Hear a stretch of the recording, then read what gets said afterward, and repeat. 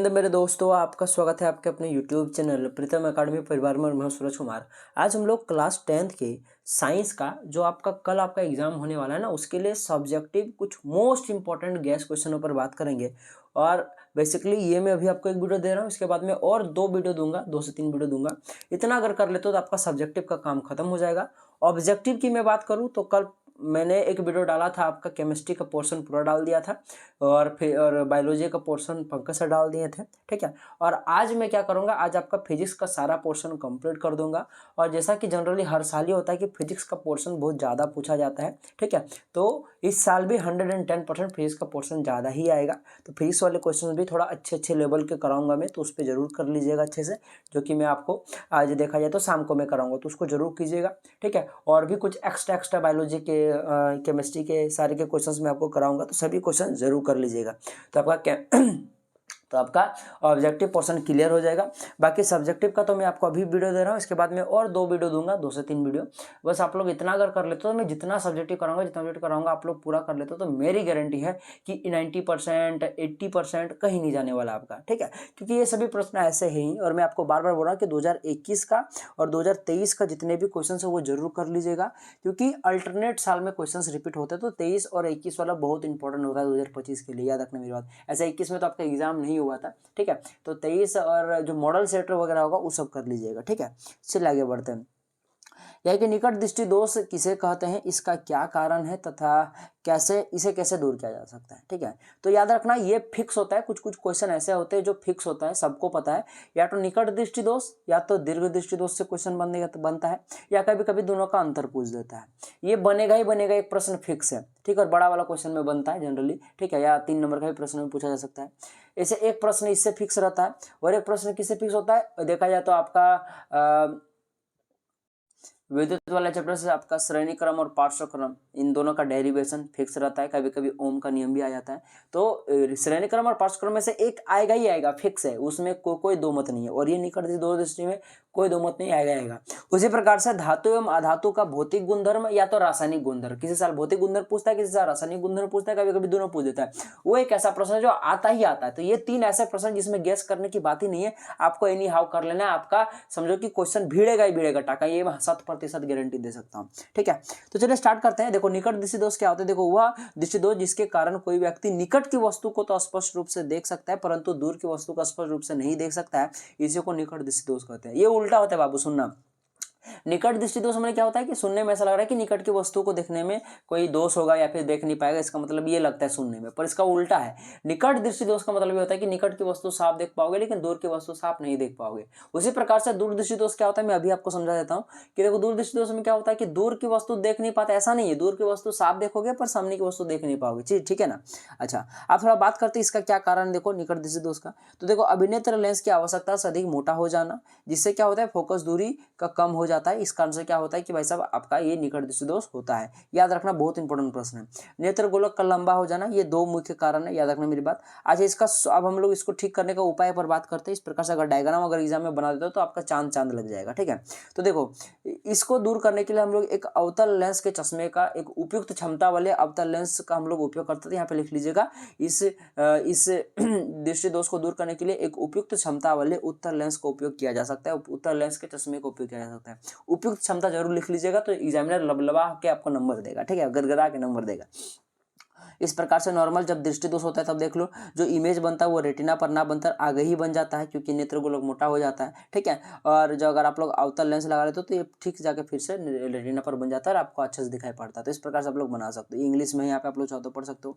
आप थोड़ा दीर्घ दृष्टि दोष पर बात करते हैं। देखो दीर्घ दृष्टि दोष क्या है कि अभी मैंने आपको बता दिया था कि इसमें दूर की वस्तु आराम से देख पाओगे पर सामने की वस्तु को देख नहीं पाओगे, इसी को हम लोग दीर्घ दृष्टि दोष बोलते हैं, ठीक है, दीर्घ दृष्टि दोष बोलते हैं। अच्छा, इसका क्या कारण, नेत्र गोलक की फोकस दूरी का बढ़ जाना, या तो फिर देखा तो नेत्र गोलक का देखा जाए तो छोटा हो जाना। इसमें क्या होता है देख लो कि जो आपके पास नेत्र गोलक होता है बेसिकली ये लंबा होने के कारण क्या होता है कि जो आपका प्रतिबिंब बनता है वो रेटिना के उस साइड बन जाता है, यानी कि इधर पार करके बन जाता है। इस कारण से भी ये देखा जाए तो आपका दूर दृष्टि दोष हो जाता है। ठीक है, तो इसको हम लोग एक उपयुक्त क्षमता वाले उत्तल लेंस का उपयोग करके हम लोग इसका संशोधन कर सकते हैं। तो ये चीज़ें थी।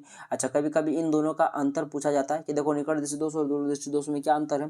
तो देखो निकट दृष्टि दोष के बारे में आप लोग कैसे एग्जाम में लिखेगा, सुनिए, एक बीच में डंडी खींचेगा, यहाँ लिखेगा निकट दृष्टि दोष, यहाँ पे लिखेगा दूर दृष्टि दोष, और यहाँ पे पॉइंट नंबर 1 का वो लिखेगा यहाँ पे, जो कि यहाँ पे लिखा हुआ है कि आपके पास इस दोष में व्यक्ति के निकट की वस्तु को तो साफ देख पाता है पर दूर की वस्तु को देख नहीं पाता है। और इसी तरह से इस साइड में पॉइंट नंबर 1 देके लिखेगा दूर दृष्टि दोष वाला पॉइंट कि भाई साहब इस दृष्टि दोष से ग्रसित व्यक्ति का क्या होता है कि दूर की वस्तु तो साफ साफ देख पाता है पर निकट की वस्तु को साफ साफ नहीं देख पाता है। तो इस प्रकार से पॉइंट बाय 1 करके आपको एक यहाँ लिखना है, एक यहाँ लिखना है, एक दो यहाँ लिखना है, दूसरा यहाँ लिखना है, इस प्रकार से लिखना है। अच्छा, इसमें क्या होता है, नेत्र गोलक लंबा हो जाता है, तो इसमें क्या होता है, नेत्र गोलक छोटा हो जाता है। ठीक है। अच्छा, मैंने गलती से शायद यहाँ पे जब मैंने दृष्टि बताया तब यहाँ पे मैंने बोला कि नेत्र गोलक लंबा हो जाता है, नहीं, एक्चुअली इन्हें छोटा हो जाता है, जिस कारण से क्या होता है कि ये दूर में जाके आपका बनता है। ठीक है, तो ये कभी कभी याद रखिएगा, पूछा जाता है। ठीक है, नेत्र लेंस की फोकस दूरी का कम हो जाना। ठीक है, तो इसमें देख लो नेत्र देखो इसमें क्या होता है कि नेत्र जो फोकस दूरी होता है वो बढ़ जाता है। ठीक है, इसमें क्या होता है, देखो इस दृष्टि दोष में रेटिना के सामने बन जाता है, नहीं कि रेटिना से पहले बन जाता है, जैसे कि आप लोग देख सकते हो।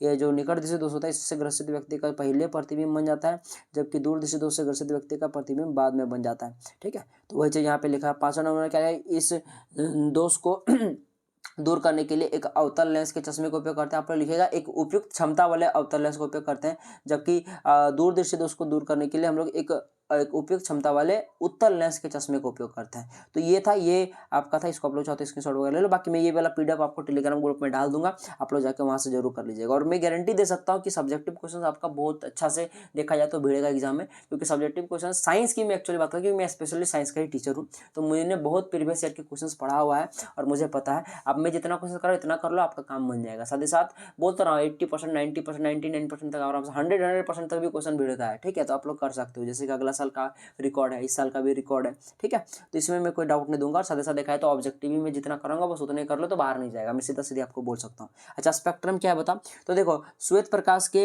वर्ण विक्षेपण से प्राप्त प्रकाश की रंगीन पट्टी को ही क्या करते हैं, स्पेक्ट्रम कहते हैं। स्पेक्ट्रम में इस प्रकार से देखा जाए तो रंग का विक्षेपण होता है, देखा है तो बैगनी, फिर जामुनी, फिर नीला, फिर हरा।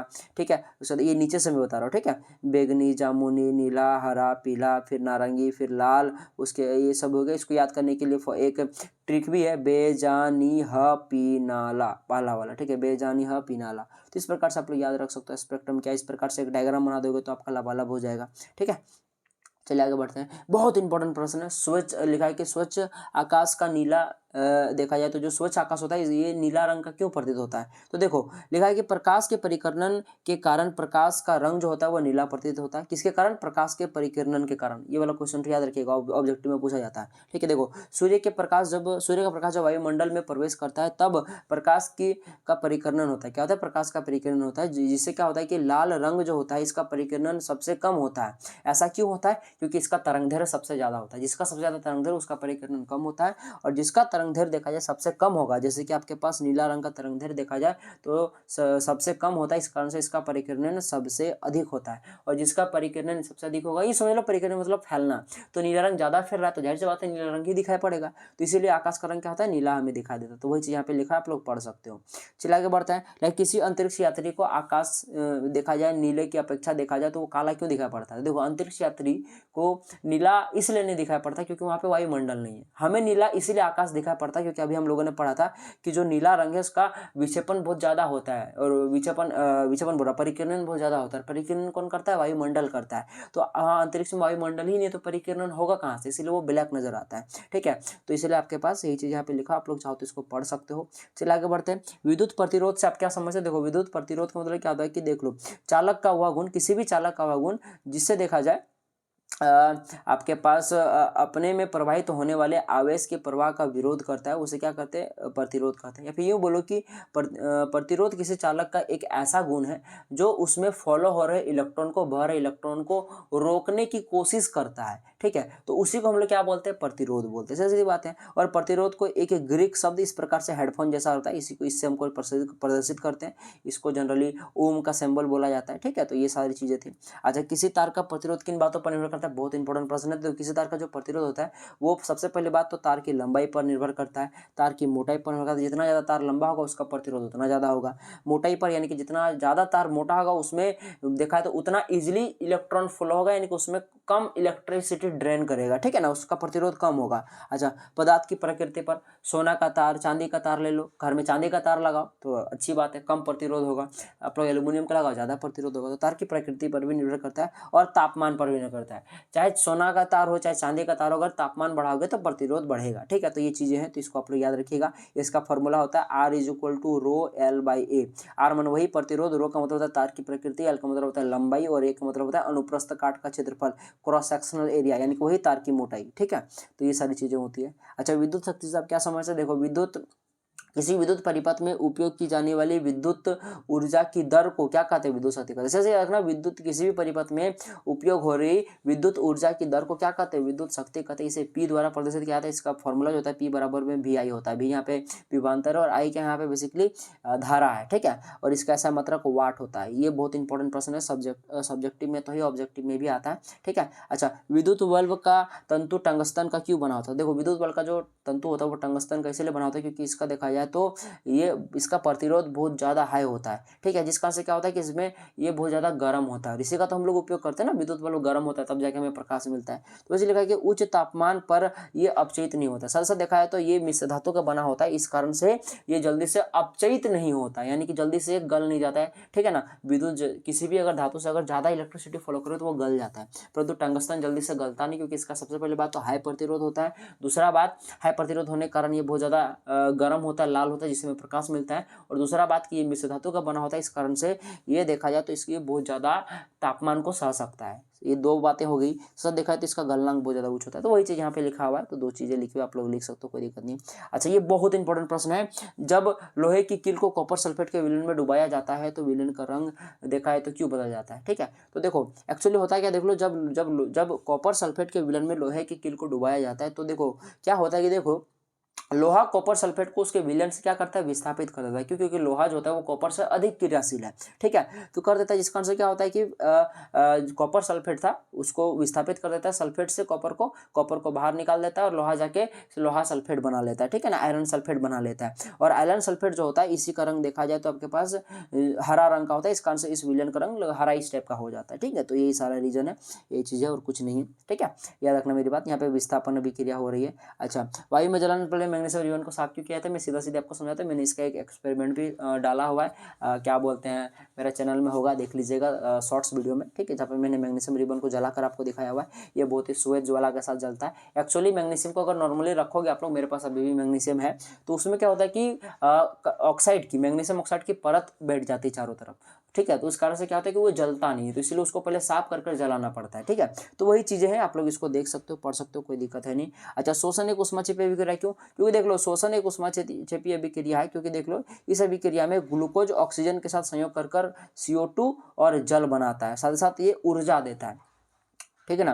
तो इसी कारण से देखा जाए तो आपके पास ये एक ऊष्माक्षेपी अभिक्रिया है। सीधा सीधे समझो कि हम लोग सांस लेते हैं तो वो ऑक्सीजन जाते हैं हमारे भोजन के साथ क्रिया कर देखा जाए तो हमें एनर्जी देता है, ठीक है, तभी हम लोग के शरीर में ताकत आता है। इसीलिए शोषण जो होता है ऊष्माक्षेपी अभिक्रिया।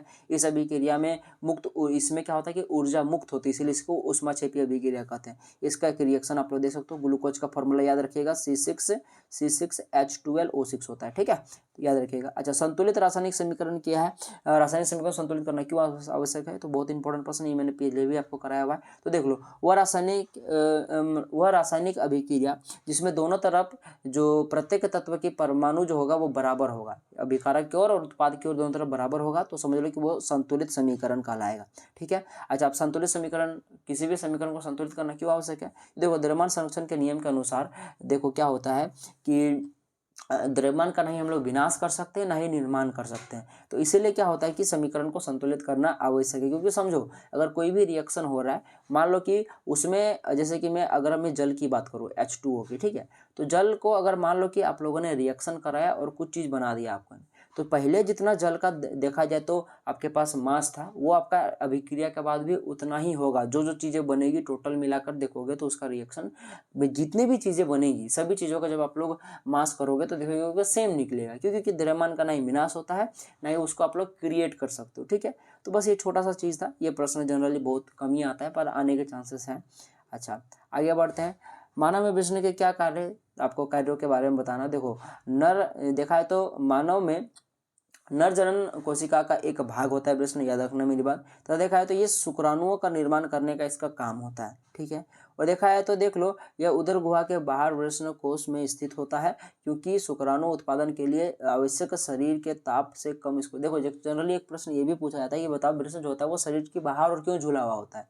क्योंकि देखो, जो हमारा बॉडी का टेम्परेचर है उतना टेम्परेचर अगर वृषण को मिलेगा तो शुक्राणु का बढ़िया से प्रोडक्शन नहीं हो पाएगा, इसलिए उसको शरीर के बाहर बनाया गया, ताकि क्या होता है कि वो शरीर से थोड़ा ठंडा रहे, ताकि उसका शुक्राणु का निर्माण अच्छे से हो। ठीक है, तो वही सारे रीजन था, आप लोग इसको पढ़ सकते हो। आगे बढ़ते हैं। अच्छा, ऋतुस्राव क्या होता है इसको आपको बताना है। ठीक है, देखो, निषेचित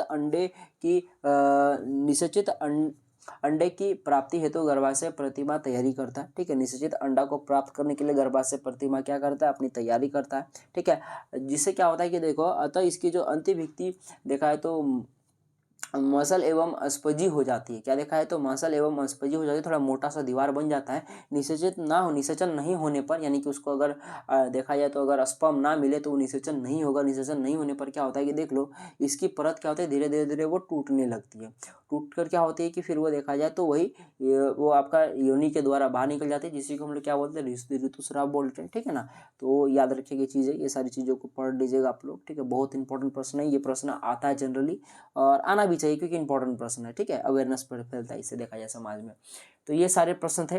ठीक है, मैंने करा दिया। इसके बाद मैं आपको और 2-3 वीडियो कराऊंगा, मुझे लगता है 2 ही वीडियो कराऊंगा, 3 वीडियो नहीं। ठीक है, मैं जितना वीडियो कराऊंगा बस इतना कर लो तो सब्जेक्टिव का आपका काम खत्म हो जाएगा, ऑब्जेक्टिव का भी काम खत्म हो जाएगा। ठीक है, तो वीडियो पसंद आया तो लाइक जरूर कीजिएगा, अपने दोस्तों तक जरूर शेयर कीजिएगा। और जो मैंने आपको कराया, जो मैंने छोड़ा हुआ है, जो कि मैंने थोड़ा सा कम अच्छे से समझाया, वैसे तो सब कुछ समझाया मैंने। ठीक है, तो आपको ये सबको वापस से पढ़ना है, और ये सभी को मैं आपका टेलीग्राम ग्रुप में डाल दूंगा, आप लोग जाके वहाँ से डाउनलोड कर लीजिएगा। ठीक है, तो चलिए मिलते हैं अगले वीडियो में, तब तक के लिए जय हिंद, जय भारत और आपका दिन शुभ हो।